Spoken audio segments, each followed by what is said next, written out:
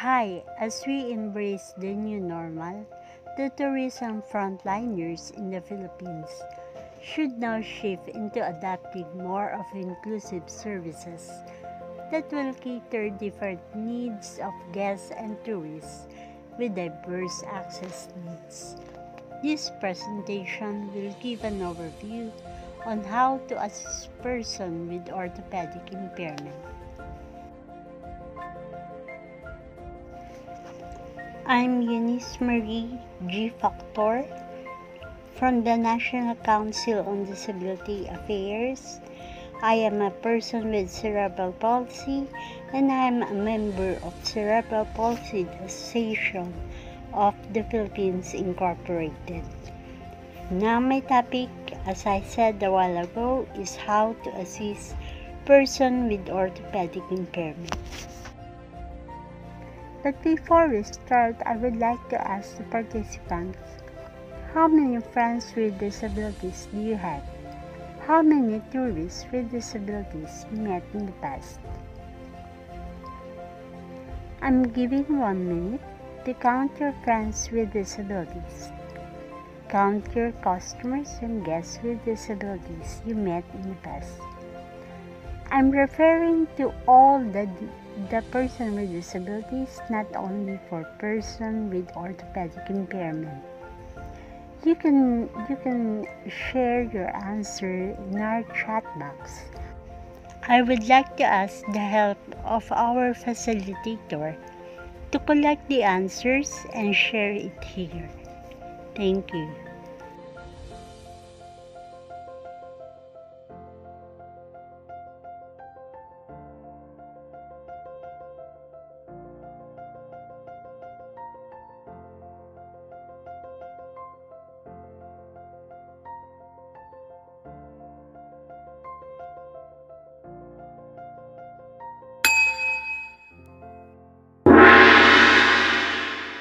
Time's up.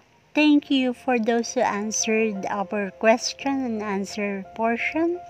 And I would like to ask the facilitator to give us and share the results of your answers.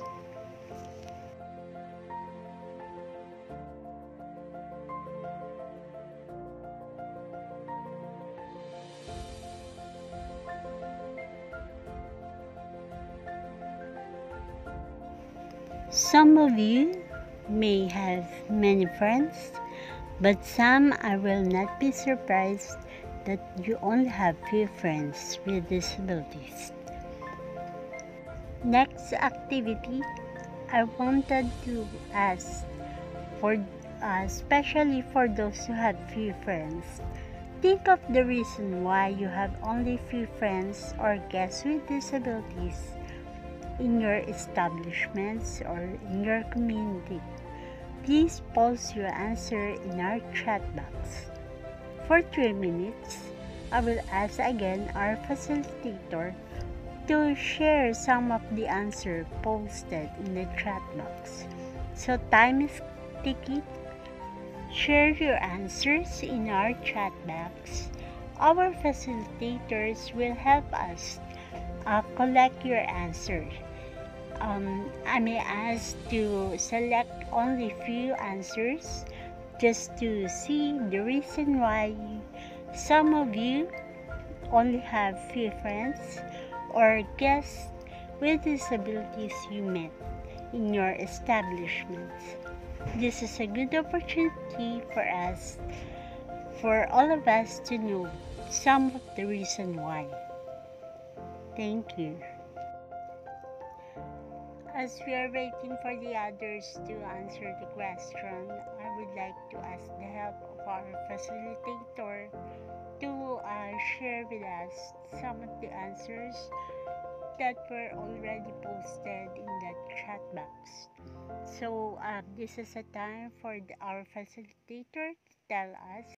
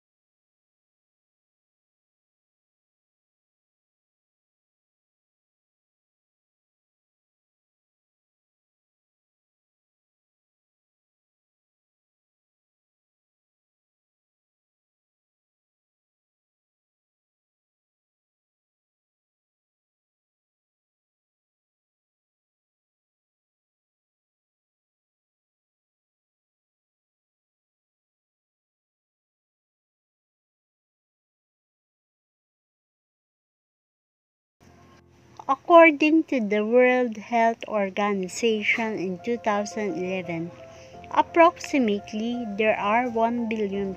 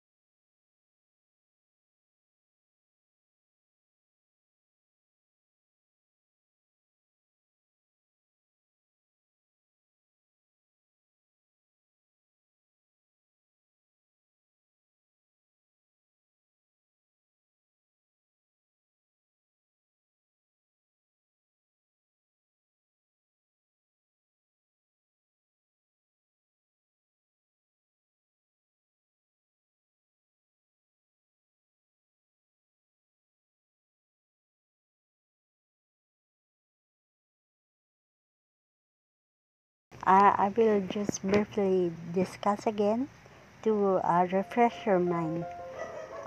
We have communication disability.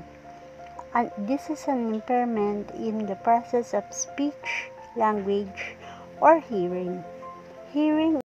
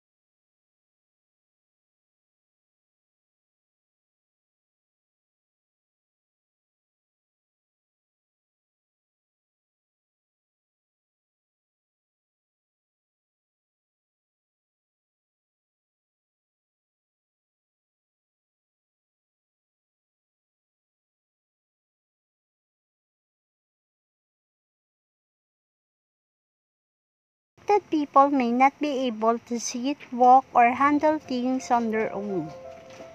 Temporary user of assistive devices such as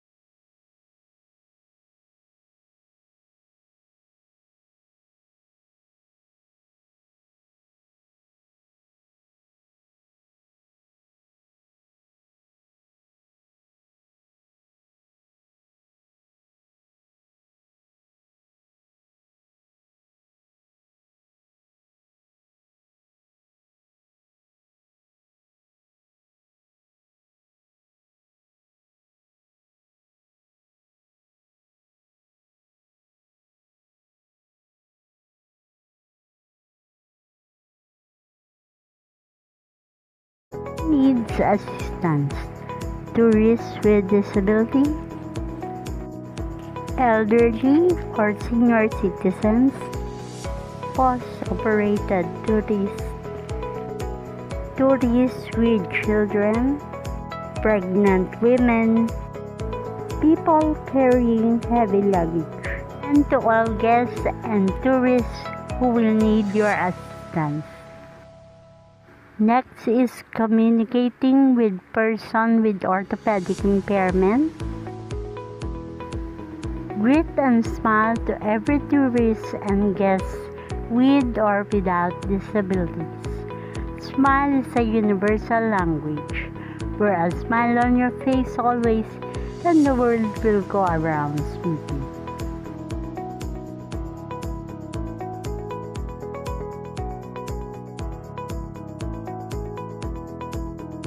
Always ask before you help. If you see someone with disability struggling in what you're doing, the best move is to ask if they need help. Offer assistance to a person with disability if you feel like he needs help. Sit down and talk in an eye level. When you're trying to communicate with person with disability, talk to them in a normal tone and voice, as you would talk to anyone else. When you're talking in an eye level, you make the person feel that you are interested in what he or she is saying. Talk directly to a person with disability, not to their companion. Touching or moving their assistive devices. Everyone has a personal space.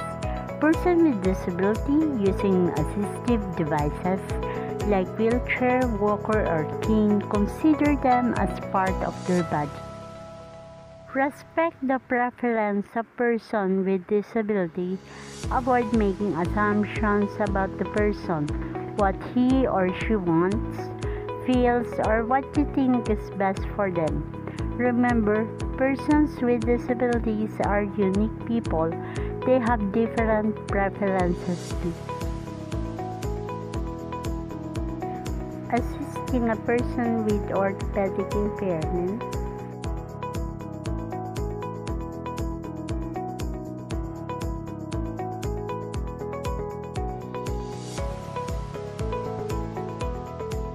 As our general rule, always ask permission. Pushing a wheelchair user.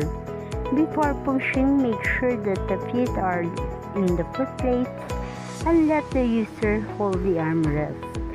Push the wheelchair gently. When a wheelchair user is not moving, always make sure the brakes are locked so it will not move unintentionally. Going up a slope. Push wheelchair user forward up to the ramps. Avoid steep or uneven surface, as it can result to imbalance and wheelchair becomes difficult to push.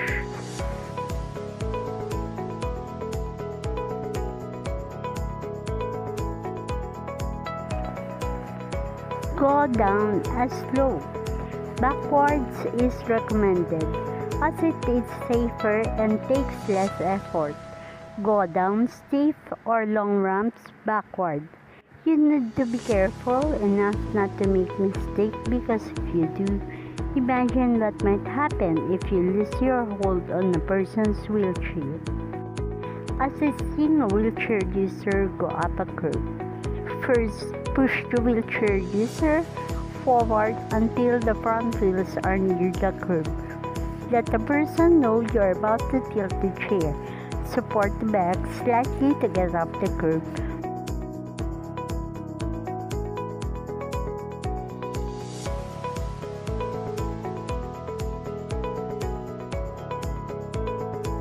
To help a wheelchair user go down the curb, move first the person in the wheelchair backward until the back of the wheels are at the edge of the curb. Again, let the person know you're going to tilt the wheelchair back slightly to get down the curb. assisting a person with disability, especially for wheelchair user, in transferring from her or his wheelchair to a chair and vice versa.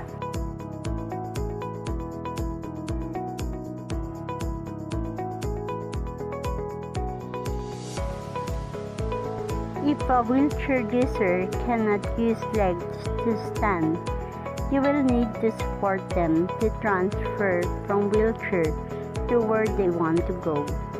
First thing first, make sure the brakes of the wheelchair are locked. Put one of your arms under the person's shoulders and one behind the knees. Bend your knee and lift the person. Carefully carry the person until they properly transferred to another location. If a person can stand but needs support to do so, again, make sure that the brakes are locked before anything else.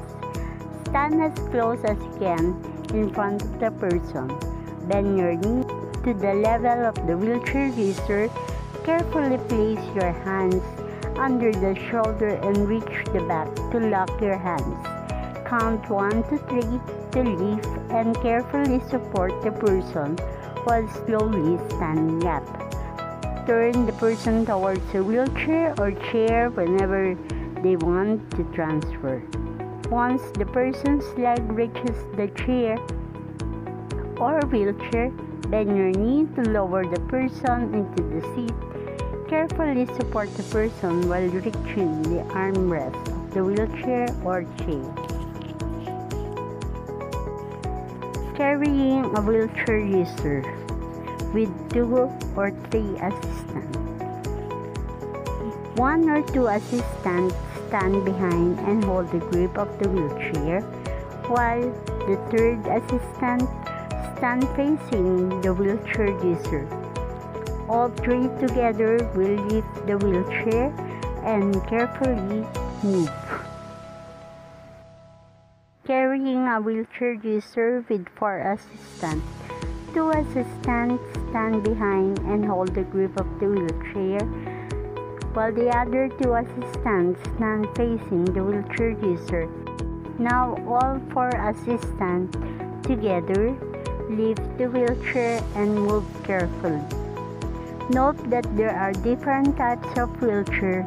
Some may have removable parts like wheels, armrests, and footplates.